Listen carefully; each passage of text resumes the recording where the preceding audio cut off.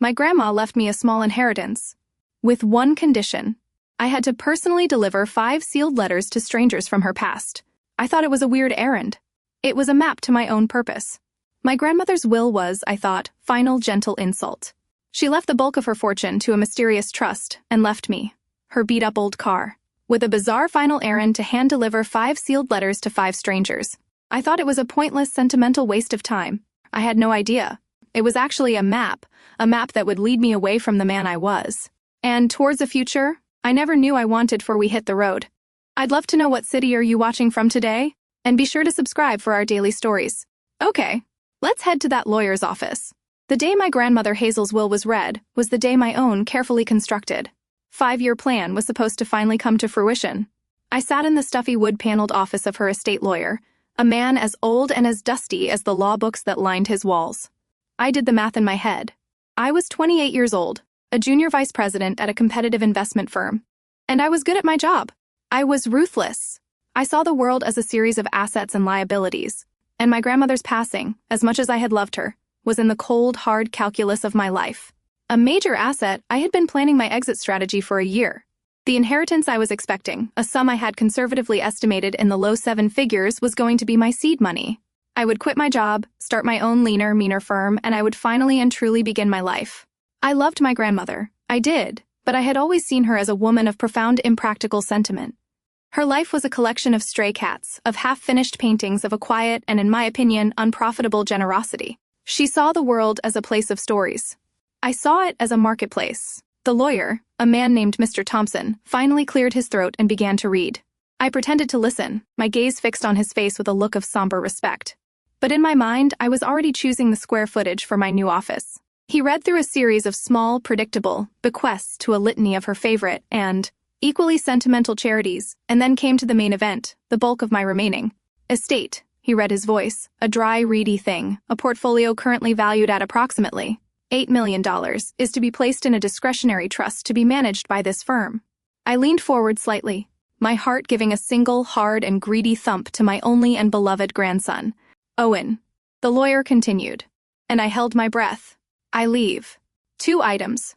First, he said, my 1988 Volvo station wagon with all my love in the hopes that it will remind him that the most valuable journeys are not always the fastest. I just stared at him.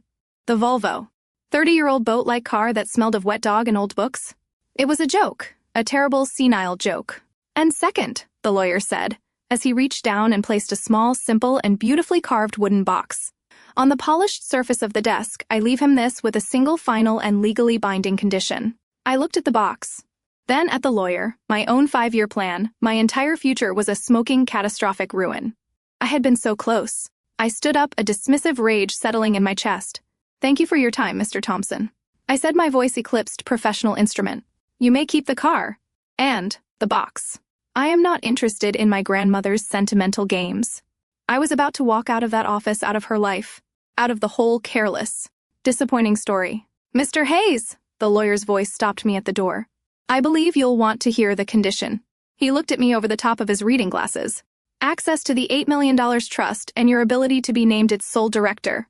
He said, his voice acquired, final checkmate is entirely and completely contingent upon your successful completion of the task she has left for you in that box. I walked back to the desk prisoner, to a dead woman's final and deeply infuriating whim. I opened the box inside. Nestled on a bed of faded blue velvet were 5 thick and formally sealed envelopes. Each was addressed to a different person, a name I had never heard in a different small and completely obscure town. I looked at the lawyer, then at the ridiculous wooden box on the table.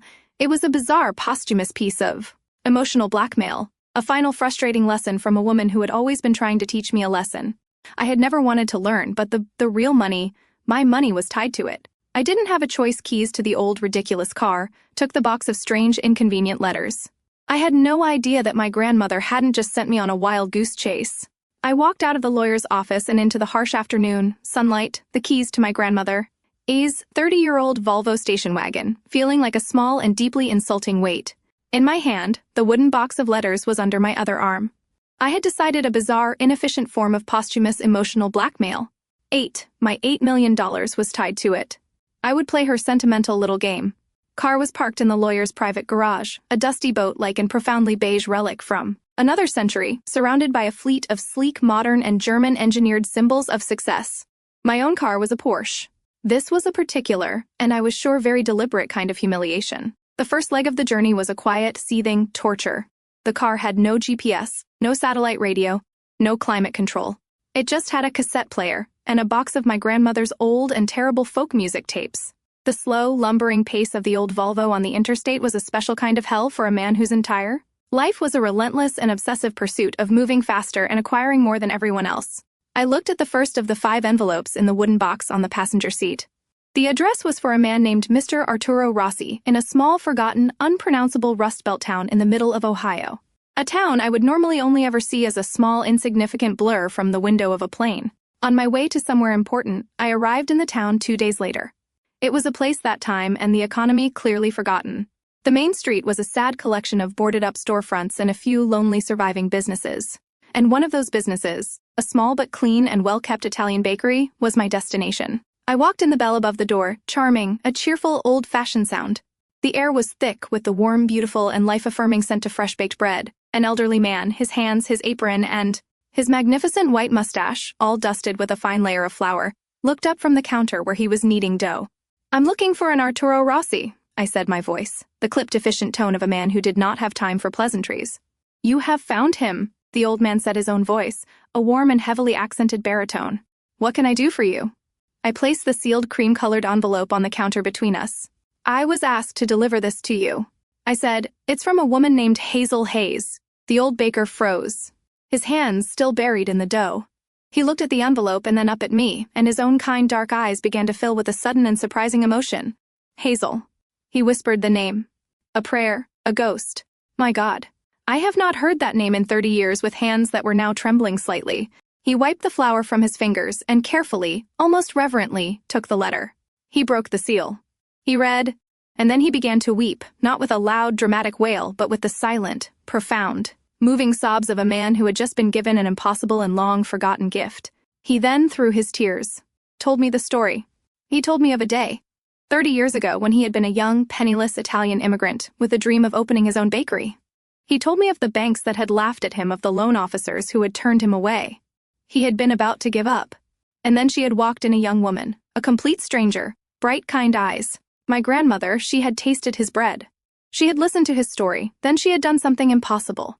She had written him a personal check for $10,000, an anonymous interest, free loan. "The world needs more beauty," she had told him. "Your bread is a beautiful thing." That money, he told me, had been the start of everything, of his bakery, of his life in this new country, of his own family. "This letter," he said, his voice a choked, grateful whisper as he held up the paper. "It is the original loan document. At the bottom, she has written one final word." She showed it to me. "Forgiven." I sat in that ridiculous 30-year-old car, the scent of fresh-baked bread and my grandmother's quiet, secret and breathtaking decency still clinging to my expensive and suddenly very shallow-feeling suit. The old man's tears, story of my grandmother's impossible, unprofitable kindness. It was a data point that did not fit into my own carefully constructed and cynical algorithm of the world. I looked at the 4 other sealed letters still sitting in the wooden box on the passenger seat. They were no longer just a series of inconvenient, frustrating errands.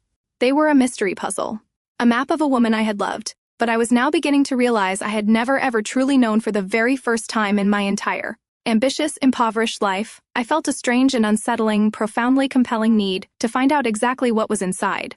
I drove out of that small, forgotten Ohio town with the ghost of my grandmother sitting in the passenger seat car. Her car, which had felt like a prison just a day before, now felt different. It was a time capsule. I looked at the worn dashboard, at the faded upholstery, and I tried to picture her, a young woman driving these same roads on her way to change a stranger's life. Quiet, anonymous act of grace. The thought was so at odds with the woman, I thought I knew that it made my head ache. The next letter in the box was addressed to a woman named Isabel Rivas in a small, artsy-looking town. Nestled in the mountains of North Carolina was a 2-day drive for the first time on the trip. I didn't feel the crushing, impatient weight of the time I was losing. Instead, I put in one of her old folk music tapes. And I listened. The music was simple, full of stories of heartache and hope. And it was the soundtrack to a part of her life I had never bothered to ask about. I found the address on a quiet, tree-lined street. It was a small, charming, but slightly run-down bungalow with a porch that was overflowing with potted plants and wind chimes as I walked up the path. I could hear the sound of an acoustic guitar and a woman's clear, beautiful voice singing, a sad, sweet song from within. I knocked, the music stopped. A moment later, the door opened, and a woman in her late 30s, with kind, tired eyes, and a guitar still slung over her shoulder, looked out at me with a wary, questioning expression. A small child, a little girl, peeked out from behind her legs. "Isabel Rivas," I asked, she said, her hand resting protectively on her daughter's head. I did not know what to say. I was just a man in a suit, an intruder from another world. So I just held out the letter. "My name is Owen Hayes. I said my grandmother Hazel asked me to give this to you." She took the letter, her expression, a mixture of confusion and a darling, fragile hope. She opened it. I watched as her eyes scanned the page, and her entire body seemed to relax attention. I hadn't even noticed she was carrying simply melting away. She did not weep like the baker had. She just smiled a slow, brilliant, and unbelievably beautiful smile of pure, unadulterated relief. I knew she was a real person. She whispered more to herself than to me, always knew she was real. She invited me in for a cup of tea. She told me her story. She had been a young, struggling musician, a single mother with a mountain of student loan debt and a sick child. She had been on the verge of giving up on her music, of selling her guitar and getting a real job. When the first letter arrived, it was from a lawyer, an anonymous benefactor. The letter had explained, had paid off her entire student loan debt. A year later, another letter arrived. The same benefactor had paid off the mortgage on her small house. It was like having a guardian angel, she said, her voice full of a quiet, wondrous awe. It was the gift of freedom. It allowed me to not just survive, create, to be a full-time mother, a full-time musician. The letter I had just delivered, she explained, contained the final paid-in-full deed to her home, and a simple, handwritten note. She showed it to me. "The world needs more beauty." My grandmother's familiar script read, "And your music is a beautiful thing. Now you are free to make it." Hi. Left her small, happy house an hour later. The sound of her beautiful, hopeful music following me down the path. As I was getting back into my car, she called out to me. Mr. Hayes turned. "Your grandmother," she said, a thoughtful, knowing look in her eyes. "She spoke of you once in one of her letters. The lawyer would sometimes include a personal note from her." I just stared, my own heart giving a strange, unexpected lurch. She said, "You had a brilliant mind for numbers," Isabel recalled, "but a heart that was still learning how to count what truly matters." I drove away from the musician's small, happy house, her words. My grandmother's words echoing in the quiet of the car, "A heart that was still learning how to count truly matters." It was not a criticism. It was a lesson, a final piece of homework from the wisest teacher I had ever known. I looked at the 3 other sealed letters still sitting in the wooden box on the passenger seat. My journey was no longer a mystery, was an education, and I was, for the very first time in my life, finally starting to understand curriculum. The drive from North Carolina to a small, dusty farming town in Kansas was a long and surprisingly contemplative one. I drove with the windows of the old Volvo down the folk music from my grandmother's cassette tapes, a quiet, rustic soundtrack to the vast open country. I was no longer the impatient, angry man who had left the lawyer's office a week ago. That man was a stranger to me. Now, I was a pilgrim, collector of my own grandmother's secret stories. I was beginning to understand that her true fortune was not the one sitting in a trust fund. It was the one that was scattered in small, beautiful pieces all across this country. The third letter was addressed to a family named Algie Meal, found their address on the town's main street. It was a small, bustling, and wonderfully fragrant Middle Eastern grocery store. A man with a kind, weathered face and a warm, welcoming smile greeted me from behind the counter. I handed him the letter. He read it, and his eyes filled with tears. He then pulled me into a hug, a gesture of such profound and immediate gratitude that it took me by surprise. He then, with his wife and his 3 beautiful children at his side, told me their story. They had been refugees, a family who had lost everything in a war I had only ever read about in the newspapers. They had come to this country with nothing, and my grandmother Hazel had been their official sponsor. She had been more than that. She had been their first and their only friend. She had helped them find this small storefront. She had given them the interest-free loan to start their business. She had told me, his voice thick with emotion, given them back their future. The letter I had just delivered, I learned, contained a fully funded college trust, all 3 of his children. I left their small, beautiful shop with my own heart full and a bag filled with the most delicious baklava I have ever tasted. The 4th letter was a different kind of story. It took me to a gray, gritty, and industrial city in Michigan, to a place that felt a world away from the sun-drenched plains of Kansas. The address was a community center in a rough and clearly very poor part of the city. The man I was looking for, Mr. Peterson, was a tough, no-nonsense, and intimidating-looking man in his late 60s who ran the center with the discipline authority of a drill sergeant. He was not a man who wept. He read the letter from my grandmother with a grim and unreadable expression. Hazel, he said, shaking his head. A small gruff find, almost imperceptible. Smile on his face. Always had to have the last word, didn't she? He then told me a story that completely and totally shattered the last of my own preconceived notions about my quiet, gentle grandmother. He and my grandmother, 30 years ago, had been business rivals, fierce, and often ruthless competitors in the commercial real estate world, and he told me had beaten him in a single brilliant and strategic deal. She had outmaneuvered him and had, in the process, destroyed his company. He had lost everything. He had been a broken and a very bitter man. Years later, she had found him. He had thought she had come to gloat. She had not. She had come with the proposition. She had bought this old abandoned building, and she had offered to fund this community center, a place at risk youth of his own forgotten hometown. On one condition, that he be the one to run it. I always respected you, Peterson. She had told him, you were a good fighter. Now it's time to fight for something that actually matters. The letter I had just delivered, he told me, contained a final, massive, and completely anonymous donation to the center's endowment fund, a sum that would guarantee its existence for the next 20 years.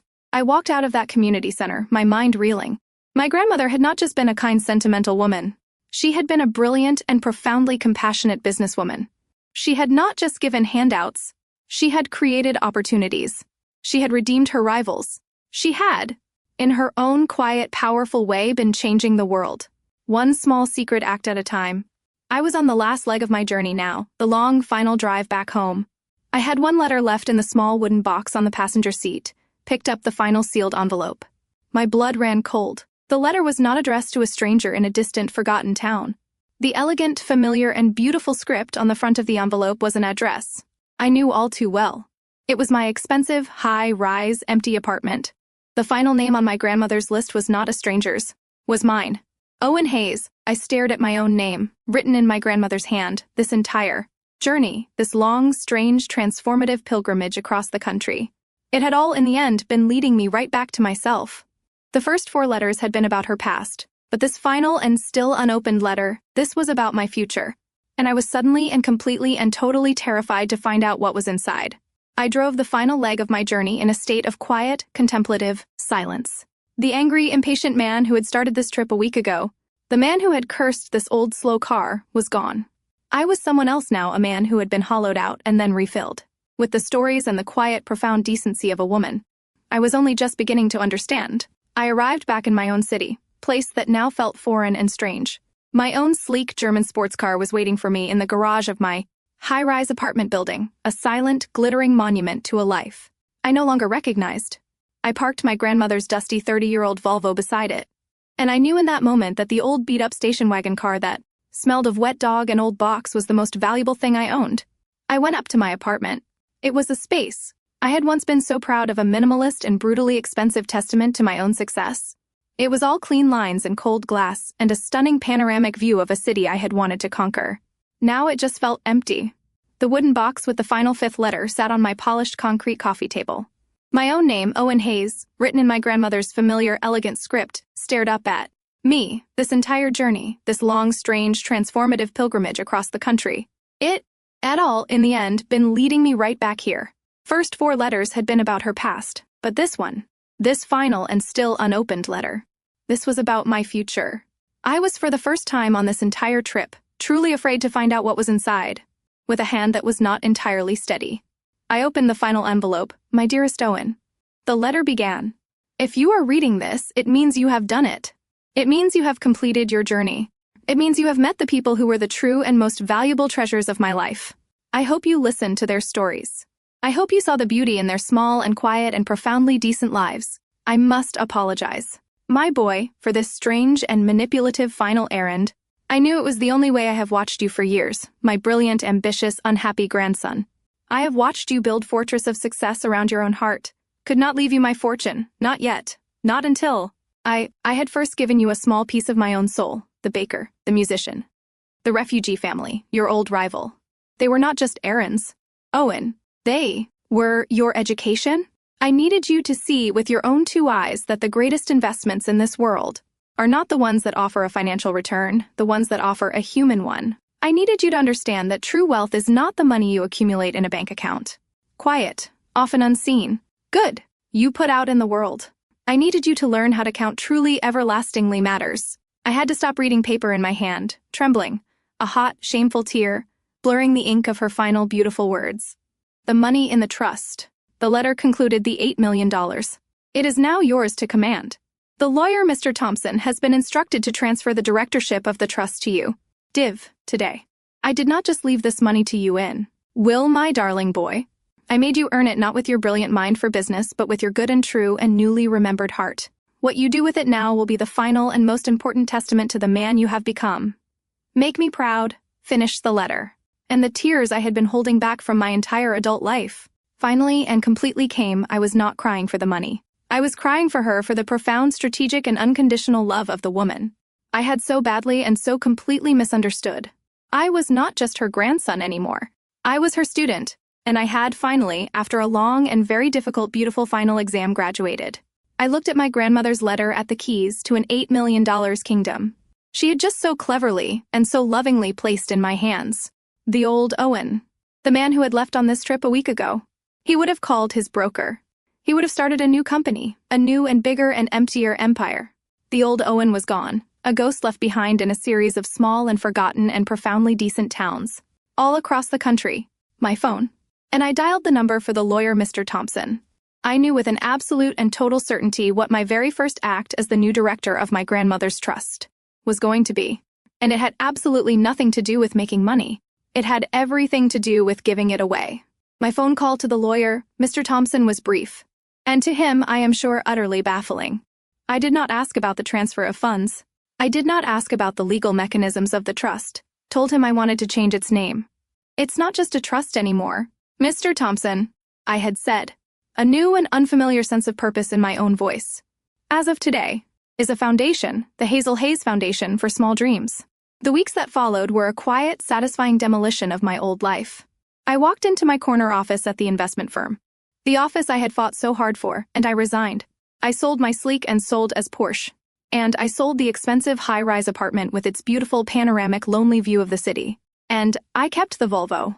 My new life was a world away from the one I had known it. Was a life of small towns, quiet conversations of listening. I used my grandmother's fortune, my fortune, continue her work. I became the quiet, anonymous benefactor.